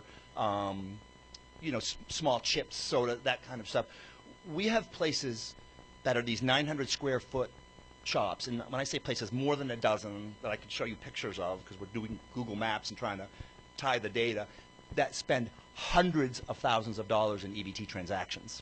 Now, there's some that have hit the $1 million mark, and for a 900 square foot store, for those of you who own a business, to hit $1 million in just food stamps alone, it makes you think that maybe there's some other things going on there. So, they're beginning to sort of look at that as well. But I think it was interesting to see at a meeting, you had the Department of Health and Human Services Deputy Commissioner meeting with the DEA or meeting with the Sheriff's Association. Those types of connections never happened. And as they began to look at fraud and how to approach fraud, they began to. So I would encourage you to encourage folks to develop their own paths to fraud and not to prescribe exactly what should happen. So there's some other things that they've begun to do in Maine. I think you may have heard on the TANF front. There's time limits. On the food stamp front with the ABODs, there's work requirements. The folks that need to go to work in Maine, you can work 20 hours a week, and this is for the ABOD, the adults, which we like to call the 28-year-old living in your grandmother's basement, not your grandmother. It work 20 hours a week or volunteer. In Maine, we have a volunteer requirement. You can volunteer 24 hours a month and maintain your benefits. This is not draconian. They were not looking to punish people. They were merely looking to create pathways from dependency to independency. And if it means volunteering for 24 hours a month, we believed in Maine that was as good a start as any. It's not about punishment. It's about changing habits. So I would encourage you, and as you deal with that, to be flexible in encouraging new habits. Some of these folks have been doing the same thing for a long time, and I think you're going to want to consider that you might have as many alternatives as possible to get people back on the right path. So just to let you know the experience in Maine, and I can provide this PowerPoint, Maine saw a flood of new volunteers. I don't know if that's big in your communities. I'm assuming that it is. But having folks volunteer across the board in social welfare agencies or other agencies has been enormously helpful. The same thing happened in Kansas, by the way. And I'll also point out one of the issues that comes up is that high unemployment counties, I think legislators and administration are very hesitant to somehow impose those work requirements on the ABODs because maybe there aren't any jobs. Well, what we have found in counties with higher unemployment, they had higher compliance rates, which is interesting. I think it's because of the flexibility, whether it's the volunteering or the rural nature or the higher. What drives that, we don't know. But I would encourage you not to write off a county because it has a particularly high unemployment rate. I would look for strategies to help people create pathways to independence. So, our belief is you should do it statewide, and I believe you guys already revoked the federal work waiver. You did, okay. So I believe that you should make sure that folks go back to work. So I'll stop there. I can answer some questions. I just wanted to give you the sense of that it was a philosophy that drove it. It was not vengeance. It was an organic process that got lots of people involved at different avenues, whether it's the police, the community. Mayors have been very helpful identifying targets for fraud and abuse, and it has really driven down the amount of anecdotal sort of the attack on fraud that you hear in a lot of campaigns as they begin to actually focus on the fraud, solve the problem, and you have a lot of people on board. I just want to close with sort of a happy ending part of this, is that this fraud stuff is going across the board in Maine. That includes Medicaid, welfare, TANF, all of Maine's welfare system. One of the benefits of that is this year in Maine, as resources get freed up and priorities get changed, they funded their nursing homes for the first time in over a decade with the money that they had saved on some of the state match of the fraud, and particularly in the Medicaid area, which hadn't happened in over a decade. In addition to that, they took thousands of people off of waiting lists that had been on waiting lists for non-eligible services. So I think at that point it became very much a bipartisan issue. Once folks realize when you get rid of fraud, particularly where state resources are involved, and you agree that those resources are needed somewhere else, like in Maine we had desperate problem with nursing homes and with waiting lists, I think folks begin to make the connection that welfare fraud harms the needy at the end of the day. And that was so. I really appreciate your time. TheFGA.org has everything on there. Representative Clark, I know you've attended a session. I can make the PowerPoint available. And if at any point you need more information, we have 3 full-time staff who are actually experts in this field. I'm the fill-in, mile-wide, inch-deep guy, but I appreciate you giving me the time today. So thank you. Thank you so much. I think we have a few questions. Representative Barr. Thank you, sir. And I think Mr. Anderson left, but explain the shutdown of the out-of-state swipers immediately. It just seems like that's a really low-hanging fruit. What was the process on that? So you deal with your vendor, and every state has a different vendor. I can actually have Sam Adolphson in the Maine's department actually send you the letters. I think we'll just get you the actual, if you'd like copies of the requests and how it was done with their legal team to make that happen. But it was an administrative piece. There was as I said, you're going to get a lot of pushback because this technology that has created these swipes is obviously excellent technology, but all of this technology is on-ramp technology, right? It's about moving people on to benefits and to helping them get benefits. When you start talking about off-ramp solutions, it's a change. Mm-hmm. And so there was a little bit of pushback, and those folks pushed harder and won. I mean, literally in the beginning they said no, we can't do that, and they just started taking pictures of the actual ATMs in the strip clubs in the back and typing them in the system and shutting them off. I mean, so it's a process. They figured it out. You don't have to reinvent it, and we can make that available. Okay, great. Thank you. So what is the statistic now? You said before it was 1 in 4. I'll tell you that. That's a good, hold on, I have it right here. So I'll give you the Medicaid enrollment, for example, where they started making those changes. So at the peak, it was 354,683. Right now, it's 282,647. And on food stamps, at the peak, it was 253,000. It's down now to 199,000. Maine had the #1 in the nation food stamp decline, #1. It's below 200,000 for the first time since 2009, and all of this has happened within the Obama administration. So it's not it's possible to do this if you get that pushback, and your state can make it happen. I definitely think that the times I've had of sitting down with y'all, FGA, and just talking to y'all, I think it's amazing exactly the way you have spoken this morning, about how y'all care about everybody. It's not one agenda, and as you said, it's not just one exact way. You need to kind of look at the whole picture and kind of see what's the best approach for your state and all that. So I think it's great how y'all carry it, and it's how we should all carry it, for the common good. It's not party lines. It's about, what we do here, what's that quote? What we do in this life echoes for eternity, and we should be thinking about that. It's for the next generation. It's for helping the future. It's not hurting people, if we are chasing after this fraud in the right way, because there's people who need it.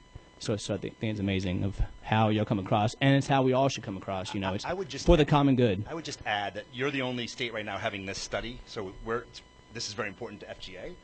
Because you're the only state that has chosen to really look at this issue in depth and have a paper, that we have recently. And so we believe it's very important what you're doing. If for no other reason, we want to take what you do, like we did with Maine and we did with Kansas, and be able to show other states, okay, if you can't implement it right away, here's how Georgia decided to do it. They took a different approach. They want to look at it more carefully, bring folks in. So I would just to echo what you said, your approach is important. I think the most important thing I can emphasize is this is not about a one-size-fits-all approach. It really needs to be tailored to your state, but the principles should be the same, which I believe is to deter, protect, and secure, because that's what will help in the end. So just add that. Exactly.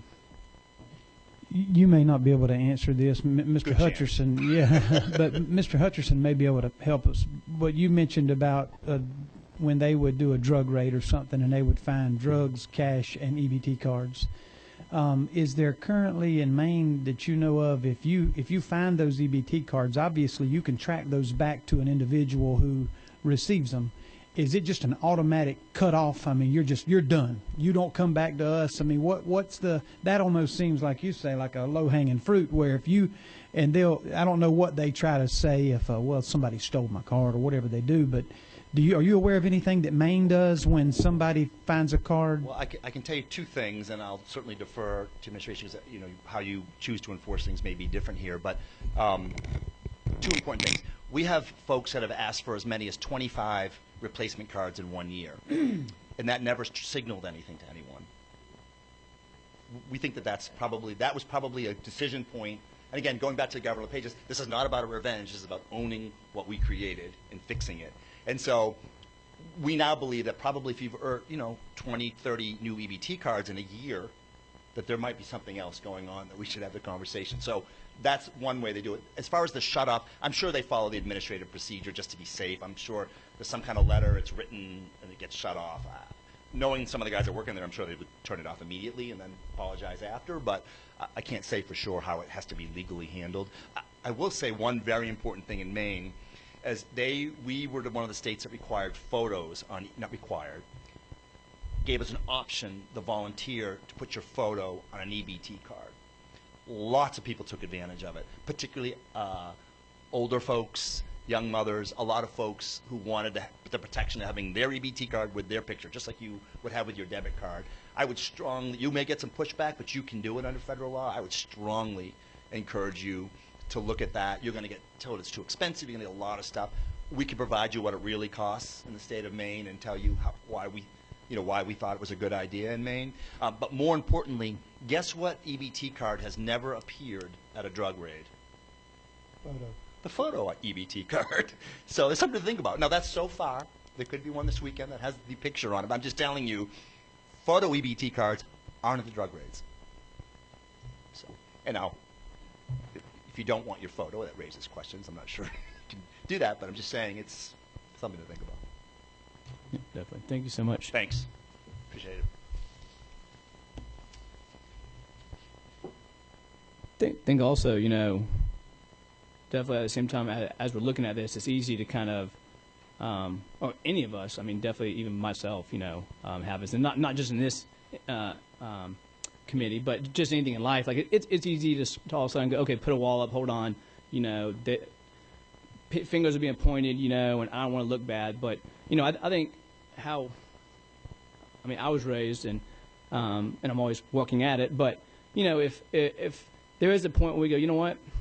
Yeah, there are problems, and I think we all see that saying, yeah, we messed up or something is meaning, or when I apologize or say, you know what, I messed up on that, it just means I got smarter. So it's not a bad thing. I mean, it's a good thing. I think, it's not pointing fingers.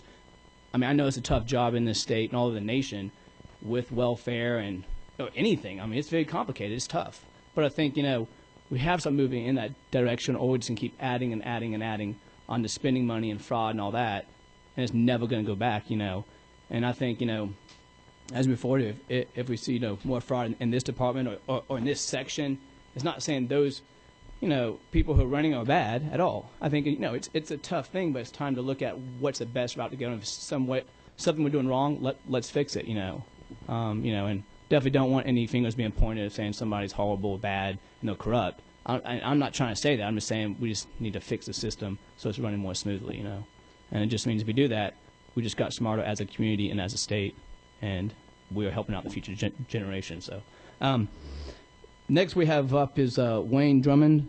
He's Executive Director for the Georgia Professional Human Services Association.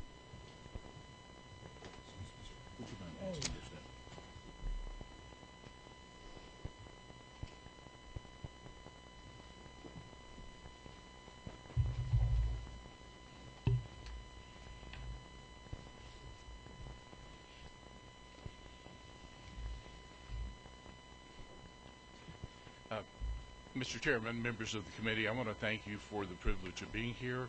I really want to commend the committee for a balanced approach to looking at multiple ways of addressing the important issue of welfare fraud. I have the privilege of representing 1,600 persons who are members of our association. We're a 501c4 professional association comprised of people who work in or are affiliated with the Department of Human Services and the services that are provided. Our members give some of their own time, energy, and resources to make our system of service better, to advocate for the families and children that we serve and to advocate for the people that do the work. Our simple position is that the best way to manage public assistance fraud by recipients is to assure that case managers have a workload that allows them to assure proper stewardship of tax funds. I think I won't cover the information that Mr. Anderson covered regarding caseloads. I will tell you simply that a caseload of 900 cases is totally untenable. Workers cannot keep up with the volume of work and assure program integrity with that volume of work, and they cannot meet the needs of eligible recipients with that volume of work. And that's reflected very clearly in the outcome data that you see that speaks to federal sanctions and issues of people accessing benefits. Mr. Anderson did speak to the need for caseworkers to provide some critical assessment of the information that's provided, to ask hard questions and to follow through with that. I would like to note that if you double the workload of people and then past the point of being tenable, that they're going to make mistakes. If you look at what food stamps, SNAP, Medicaid, and TANF does on an annual basis in our state, the overall economic benefits that are distributed on an annual basis are more than $12 billion. And so if you double the workload and figure, well, perhaps people will make mistakes, and to say that that is 1% of errors. 1% of a $12 billion program translates into $120 million of tax funds that are misspent. And that includes federal and state dollars. The division is working actively on a plan to improve child welfare and to improve the family independence programs. It's called the Blueprint for Change. One of those changes is to have one worker per family for the family independence programs. The second is to produce a robust workforce. I will tell you simply that if you fail to address the caseload ratio issue effectively, all of the other changes that are made, to the extent that we fail to do that, the other proposed changes to improve our system of service will be compromised by the extent of that failure. If you look at a range of 357 cases per person to 900 cases per person and want to know where the magic number is, it is a system of many moving parts. Representative Ballinger was very astute in asking a question about the benefits of the new eligibility system. I will tell you that all of the discussion of improved matching ends up back on that caseworker's desk, and if you can't have the time to process benefits on time, then your ability to process the information produced by those matches on time is compromised. I would like to note that if you take that, just assume that $120 million, 1% of errors occurs due to having inadequate staffing, and you start factoring in what it costs to hire a caseworker, that you could hire, using state dollars, 7,000 additional caseworkers with that money. Nobody is proposing that we hire 7,000 additional caseworkers. We don't need it. But it does illustrate what happens when you don't have adequate staffing on the front door to assure the integrity of the programs that we administer, and what happens if you don't have staff in adequate numbers to assure that those people who are truly eligible receive the benefits that they're supposed to receive on time and in the correct amount. The third leg of the division's Blueprint for Change is stakeholder engagement. Our encouragement to you as an association is to simply assure in your deliberations that the case managers who are gatekeepers for this program have a reasonable workload that would allow them to do the job that they want to do and take pride in on behalf of the taxpayers. That's to help eligible people and prevent public assistance fraud at the front door. So thank you very much for your time. Thank you so much. Are there any questions from the committee members? You know, just to follow up on the caseload per caseworker number that I've alluded to, and I'm not sure if I worded it correctly earlier, but you know, there's got to be a number that we can say is fair, because if you set a number of 400 and a caseworker has 350 just cut and dry cases, they should be required to do more than just the remaining 50 that may be a little complicated to meet that 400 number. I know in private business that there's incentives to trying to make sure that you do a thorough job, but do a productive job and those kinds of things. But what I'm afraid we've done or will do is reduce the number of cases per caseworker based on all of these hypotheticals that you mentioned. I'm sure there were people that were blind and disabled and had challenges in 2007 when there were 350, per caseworker. These aren't new problems that these caseworkers are having to address. So we didn't just wake up one day and all of a sudden have a new list of hypothetical things to address or realistic things to address with these individuals. I just think what you're looking at now is almost incentivizing more government workers trying to provide more government services to more people who don't want to come in and be accountable for the information you're asking them for. If they walk in my office and they request help, I hand them a packet. I'll say, Mr. Laricchia, here's your packet. It's all written in 3 different languages. You can do it in English, Spanish, and whatever. You bring this back to us completely filled out, and we'll get you an answer within 30 days or 5 days. What we're running into is, I believe, well, bring this back and just have it filled out as best you can, and we'll spend about 30 minutes with you, and then we'll send you back again to come back with some more stuff that's probably not going to be right, and if that's not right, we'll send you back again. You give them a packet, and they bring it back in thoroughly and completely filled out. I'll show you how to do more than 400 cases, per caseworker. We've got to try to figure out a way for these people that want and need help to come in and be ready to receive help. And so I agree with you that being able to efficiently serve the people who need help is important, but we can't pay people to sit in an office and spend 4 hours with one individual just because they don't want to get their information together, and then we got one young lady or a young man that walks in there and has all of his or her information, and we get them the assistance they need and go. So I'm struggling to still hear you say we can find a number. Well, I believe that you can find a number that is in the ballpark range. It's a very complicated system with multiple moving parts. I will tell you that, and I think you all would agree, that 900 cases per worker is totally untenable, and I think that the evidence of that is not hypothetical. It is very evident in the struggles that people have had in getting benefits. It's also very evident in the threat of federal sanctions. So we know that that is not acceptable. We know that the workload is so much more manageable at 357, and I would submit to you that somewhere on the lower end of that continuum is where we will find the number. And I would encourage you to not recommend that we go to a specific number of 450, because as we bring on a new eligibility system, there could be additional efficiencies there. But I also will tell you that the workers are not able to assure the integrity of the programs with the workload that they have. And just would encourage you in your deliberations to recommend that the division work on defining what is a reasonable workload, and then finding ways to provide funding for that. We believe that the work needs to be done efficiently and effectively on behalf of the taxpayers, and that the taxpayer funds that go to these programs need to be protected. I fully agree with you that we don't need to overstaff and fund things that do not make sense. But what we're doing right now results in tremendous waste. It results in tremendous unmet human need. And it's something that we can do a better job on. And I think that I like the sentiment of this committee to find ways of supporting all persons in our state by eliminating fraud and waste wherever possible.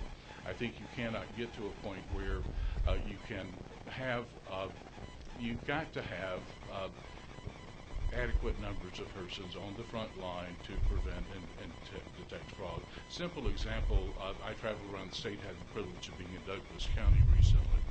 And people take pride in their work, but it hurts me, it hurts the people that do this work to tell me things like they interview a person, they know that something was not right about their circumstance, they went outside to see what kind of car they left in, and it was much more, they knew that something else was going on that they needed to follow up on, but could not because the next person was there. You need to have some balance there. I will just admit that that number is somewhere in the lower end of that continuum between 357 and 900.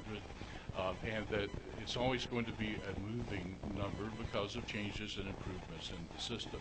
All of the improved matches that we're talking about doing from state to state, from federal and other databases, are going to end up on that caseworker's desk, and it does no good to give them that information if they don't have the time to process it. I think what you said today, I mean, hits right on the point of, and I agree with in the way of,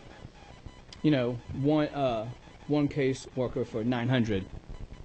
That's just not feasible. It's probably wasting resources, not helping people who need it get on it because they just can't handle that. So, great point. I think, and what that makes us have to look at more is going, okay, 1 for 900, that's not doable. So if truly there are this many people here in Georgia who needs help, then we need to increase the caseworkers. Straight on. I agree with that 100%. Same time, though, what we got to look at is, okay, well, if we need to do that, then we need to help the people. These are Americans for the common good. We must help them if they truly need it. So I agree with that.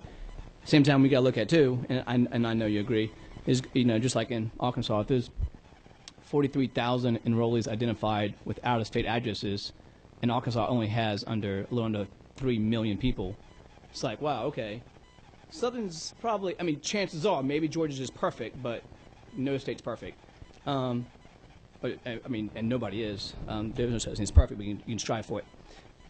So what I think it's showing is we need to bring that down, or we need to increase the caseworkers. So we really need to look at it as a state is it's probably fraud. Can we bring it down to that, or do we need to bring caseworkers? So it's something we need to look at as a whole, and I think really looking at the FGA, at what they have done in other states and saying, there's probably a lot of fraud because we need to pull it down. So anyways, you brought a great point. So definitely something we need to look at. If we do need to do it, let's get some more caseworkers, or do we need to really get that off-ramp going to get some people off who shouldn't be on because it's hurting people who need to get on. Great point, though. My first supervisor noted, I think quoting Carl Sandburg, that those who choose to burn themselves must sit on their blisters. People that rip off the system need to be detected. That needs to be prevented. If the program numbers are smaller, then you have less caseworkers, and you should have less caseworkers. We're not interested in growing government. We are interested in assuring that public servants who are responsible for assuring the integrity of our programs and helping the truly needy have adequate numbers in order to do the job that's expected of them by the taxpayers. Exactly. Thank you so much, Wayne.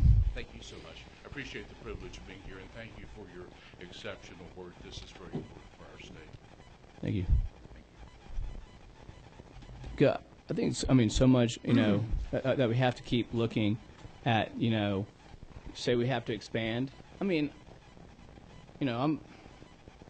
want the common good. I want people to be well off. I want people to be taken care of. That's personally my biggest thing in life. I want to lay myself down, my life, if it must be whatever, for America, for our state, for my district. It doesn't matter. I want the common good done in the right way. But you have to be careful, at the same time, because you let it keep expanding, it goes bigger and bigger. I know I was talking to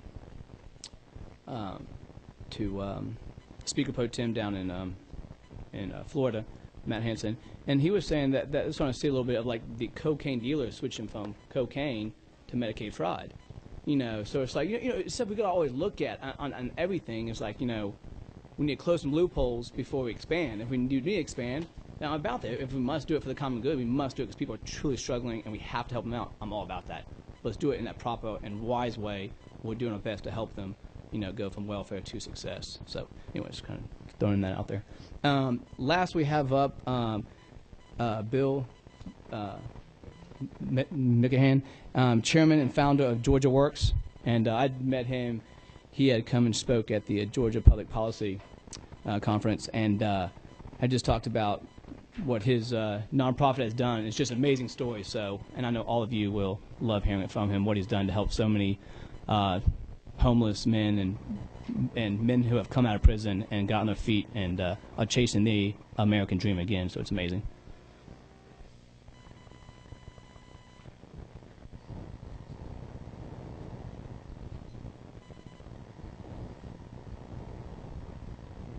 All right, thank you very much, Mr. Chairman.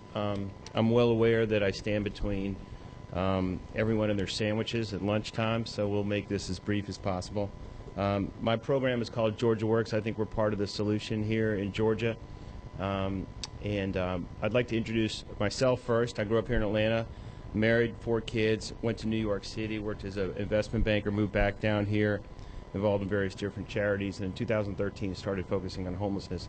When I started, I've been appointed by the state, by the governor, to the State Housing Trust Fund for the Homeless, and for the COC, which is the Continuum of Care for the counties that don't have their own, which is the vast majority, 150 plus counties. So I'm involved in homelessness on the state level. I have a guest with me, Jack Harden is here. Jack's sitting right here in the second row. I met Jack in 2013. He has spent his whole life on social services here in Atlanta, is the co-head of the Regional Commission on Homelessness, runs a law firm. It's always good to know a lawyer here in town too, by the way. So I went and introduced myself to Jack. So if there are any questions that I can't answer, he's here and he helped me start this program. So the overall trends in homelessness in our state are positive. There's a point in time count every 24 months which counts the number of homeless on that night. And you can see that we've gone from about 20,000 to 17,000 to about 13.8 thousand over the last few years. A lot of that is because of the economy, and that's a tremendous trend for our state. And you think about all the people that we've helped. And you counter that also with the fact that a lot of states have gotten a lot worse. New York, California, and Florida have over half the homeless population in the nation. So better overall economy has helped that. We have more affordable housing in some states. That reduction has happened because we've reduced the number of people living outside from about 11,000 and change down to about 6,000. So, that's the number count across the whole state. But the most difficult problem is the chronically homeless, and you can see a picture right there of a man that we see around this neighborhood across the street. Central Pres does a great job helping a lot of them with their food, but you can see that man standing there right in front of our Capitol, which is not a surprise to anybody. So the issue when I started diving into homelessness about what the issues are with our current provider network, and the missions, primarily the Christian missions, do a terrific job of making sure people aren't hungry and they can get a room or a bed on a particular night. But they don't have the resources really to help them from that point to get out of homelessness with their traditional or with their resources. We have some drug rehab programs that we need more of here. In the inner city here in Atlanta, we have a crack problem, marijuana and alcohol, and then in the suburbs, it's really prescription drug abuse, meth, marijuana, alcohol. A little bit different problems, but problems. And we need more capacity in that. But then those drug programs aren't a comprehensive program and don't help them with the other problems that they're facing. The government offers resources, top-down solutions, but sometimes, and these are some of the things that we're talking about today, is that the question is, do they promote dependency?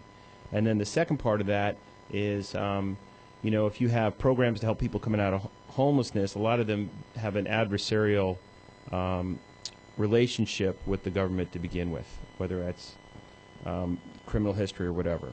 And then the jobs programs that existed out there were really a match services, weren't really training programs and helping people getting ready. So I went and looked around the nation. All my success in life is due to the fact that I copy people that are smarter than me. And in New York, there's a program called Ready, Willing, and Able that's a very effective program, been doing it for a long time. It only helps people who don't have severe mental illness, and including in that mental illness category is people who are vets with PTSD, but they've been, so for 70% of the homeless, they can help. And they go out, they get state contracts and city contracts, and go out and have a work-based program, success with very difficult cases. And our friend from Maine here talking about changing habits, changing mindsets, and that's what it's all about. But the huge issue in New York and why they're not as successful as they could be is that they have a high cost of housing. So I took the best of their program, changed it, and brought it here to Georgia. And so our goal here is, and you can see them right, 3 guys there. We started about 2 years ago. right in front of the Capitol, is to change men to be self-sufficient. It's not a handout. Provides them an opportunity to work, get paid, and go from a mindset of dependency to self-sufficiency. So when men come into our program, they face all sorts of hurdles to getting out of homelessness. No money, drug problems, arrested dozens and dozens of times, including multiple felonies. The felonies are always having some drugs, getting in a fight, or forgery, writing a bad check. Those are the vast majority of the felonies that we're dealing with, not violent crimes, but those sorts of crimes. No ID. Sometimes they have a prison-issued ID, but not a state-issued ID. Can you imagine going to apply for a job with a prison-issued ID? I don't think I would give him a job. But pass through child support, wage garnishments. So even if they were able to get a job, they weren't able to, to support themselves on that income because their wages would be garnished to so much. No bank account, poor formal education, lingering health issues, and I can go on. So those are the obstacles of getting out of homelessness once you get in it. So we take them in. We make them start with a commitment, and the commitment is that they have to be drug-free, alcohol and drug-free. Not just, I forgot alcohol in there, but alcohol and drug-free. When they come in, and then we test them multiple times a week, we make them work 30 to 35 hours a week. They can't take handouts of any kind from the government or anyone else.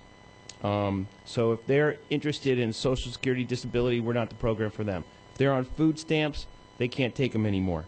If they're getting anything else from anyone, they can't take it. And they have to agree to save 20% of their income, and they pay for their room and board. So this slide didn't come out perfectly when I went from Keynote to PowerPoint, so it's a little bit askew here, but we create work ethic and discipline, 30 hours at least of work at $7.40 an hour. That's $222 a week. We make them pay $100 for room and board. We make them go into forced savings, $50 a week, and put $72 of cash in their pocket. Again, no public assistance. But more importantly, we're trying to change them. So we're helping them get out of homelessness, overcome their barriers, but change them as a person so when they get a job, an apartment, all that, they don't go back to their old habits and see us again. We don't want to see them again after they graduate, even though we love them. So it's a 6 to 12-month program, and we're focusing on transitional jobs, housing, but we case manage the heck out of them. We focus on relapse prevention, AA and NA meetings, adult education. These are things like men making better decisions. When you get in, we role play. When you get into a situation that you would, get in a fight before, we're trying to get these guys to deal with things better and to understand that when they do that, they act that way, they're really only hurting themselves. Life skills training, financial management. We've got all sorts of partners that come in like Wells Fargo and other private sector people like the Emory nurses who come in and help them make better decisions. So we have 100 men currently in the program. We're over in the Gateway Center. I'd love to give anybody a tour if they'd like it.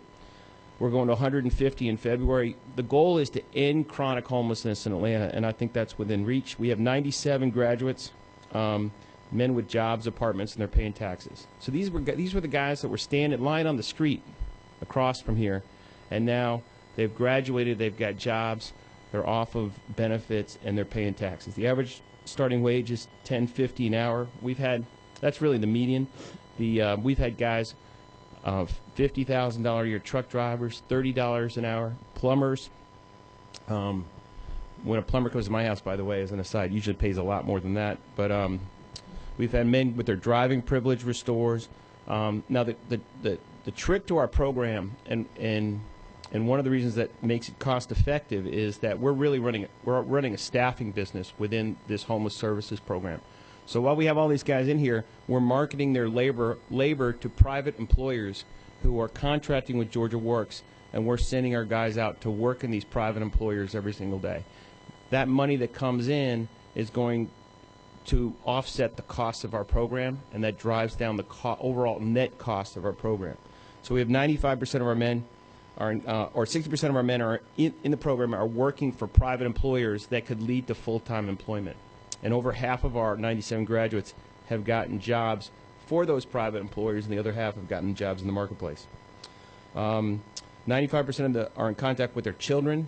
A lot of these guys were not in contact with their children. So how do you measure the benefit of that in the lives of those kids? 80% program retention rate, thousands of past drug and alcohol programs, and an 85 to 87% success ratio. So even after a year, our guys are in their jobs, in their apartments, and paying taxes. So we got 60 men working. That revenue is key, about $1.2 million in run rate in revenues. And it cost us about $8,200 a year to take a man from chronic homelessness to self-sufficiency. Net cost the state of Georgia $21,000 a year to incarcerate. And our guys have been incarcerated. I mean, we have their previous lives. They have made a lot of bad choices. So we have saved the state of Georgia a lot of money. We are doing prisoner reentry. We get calls from the guys who run the transitional centers and say, "I've got a great guy for your program." They'll send over a 22-year-old guy, might have been a foster kid, made a knucklehead decision, sold some drugs or something when he was 18. He comes over, we bring him to our program, and just the fact that he's sitting there, this is a voluntary program, means that he's trying to figure out how to live his life the right way, and I can really appreciate that. Let's see. I'll skip to the last line here. You can see a whole bunch of stats. Well, here's one. 75 to 80 of our men have given up food stamps, which is the kind of in the middle, which is about $200,000 a year in savings. Because when they come into our program, they get 3 meals a day, so they don't need that anymore. So we tell them they have to give that up because it's a mindset change from I want to hand out dependency to I can support myself. So you can see that there's three guys with the person who runs the Virginia Highlands community area, and we got a contract for them picking up the trash. Again, we've got 30 to 35 employers now that contract with us. These are the hotel here in downtown, construction companies, property management companies, and the like. But I just want to end on a couple things, or one thing in particular. When a man comes into our program, he's disheveled, he's smelly, he's disillusioned, he's cut off from his family. He might be getting some food stamps or some benefits or something like that, but he is distraught. And but after about 60 or 90 days, we kind of clean him up. We have him assigned to a case manager. We start to work on his hurdles of getting out of homelessness, and he starts to see that there's a way out. He starts to change his habits. He's working every day. He's getting up at 5:30 in the morning. He's going to his AA, NA meetings. He's doing his chores around the facility. He's going to a work site. He's starting to see that his labor is valued, and he starts to see that he's going to be able to get out of homelessness because there really was no way out of homelessness before that. He's in a hole, is my analogy, and he's got all these ways that are blocking his way out of that hole. But his whole physical stature changes. And then there's a magic time when he then is working for one of these employers, and he gets offered a full-time job, and he accepts it. And so as we sit here in November, it might be December 1st, and then we start to work on his apartment. And we get him an apartment that's got transportation. And then we get a whole bunch of guys who are new to the program to help him move his stuff into the apartment. We go to the furniture bank and get him some furniture to start. Usually just a bed and a TV and a chair and a couch or something like that. But he comes back to Georgia Works, and he's got the key to his apartment. And he walks around our facility with 100 guys, and he shows all the men in our apartment the key. And a lot of these guys have never had their own apartment. They've never had anything that they could be proud of like that. And it's a magical moment to see a guy almost reborn and to have a future again. So, and our friend from Maine here, I think said it best when it's about changing mindsets and changing habits. And, and Jack's been doing this for a long time, but I'm proud to kind of be working on the last 2 years. And the goal, again, I know I'm rambling, but it's to end chronic homelessness in Atlanta. And how you can help as a state, and I know this is not the committee, is that we need jobs. The more that the New York program is based upon government jobs. They have city jobs and state jobs to clean things. We don't have any government work.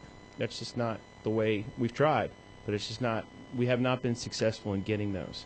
So we don't want a handout. We don't want money to run our program. We want we want jobs in order to go clean something or paint something or to keep something preserved or something like that. And then we'll put the guys to work in case manage them, but that will offset the cost of our program.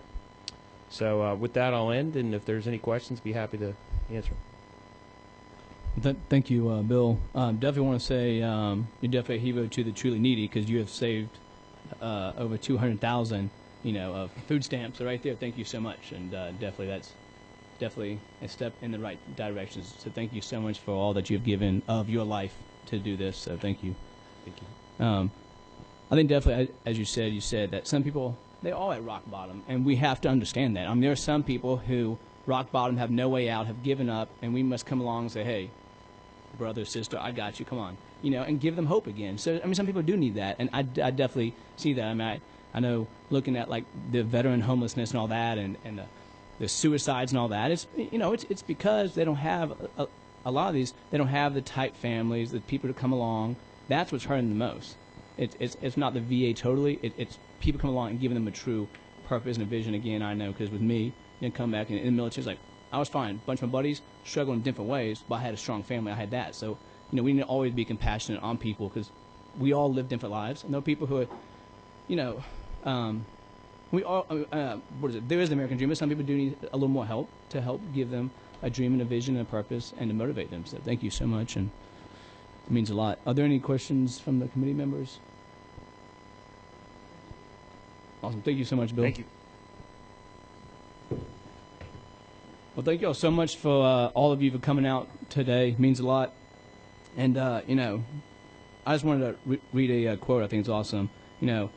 What the people want is very simple. They want an America as good as its promise, and we want that here in Georgia and all that. So, definitely thanks to all of you for being a part of this and for all that you do in this type of work of helping the poor and the needy. And I'm looking forward to seeing as we move forward and what we can do here in Georgia to help people. So thank you so much. And we will be posting one last committee hearing. It'll be like the beginning of December, and we will decide today and have it up. So thank you all again. It means a lot.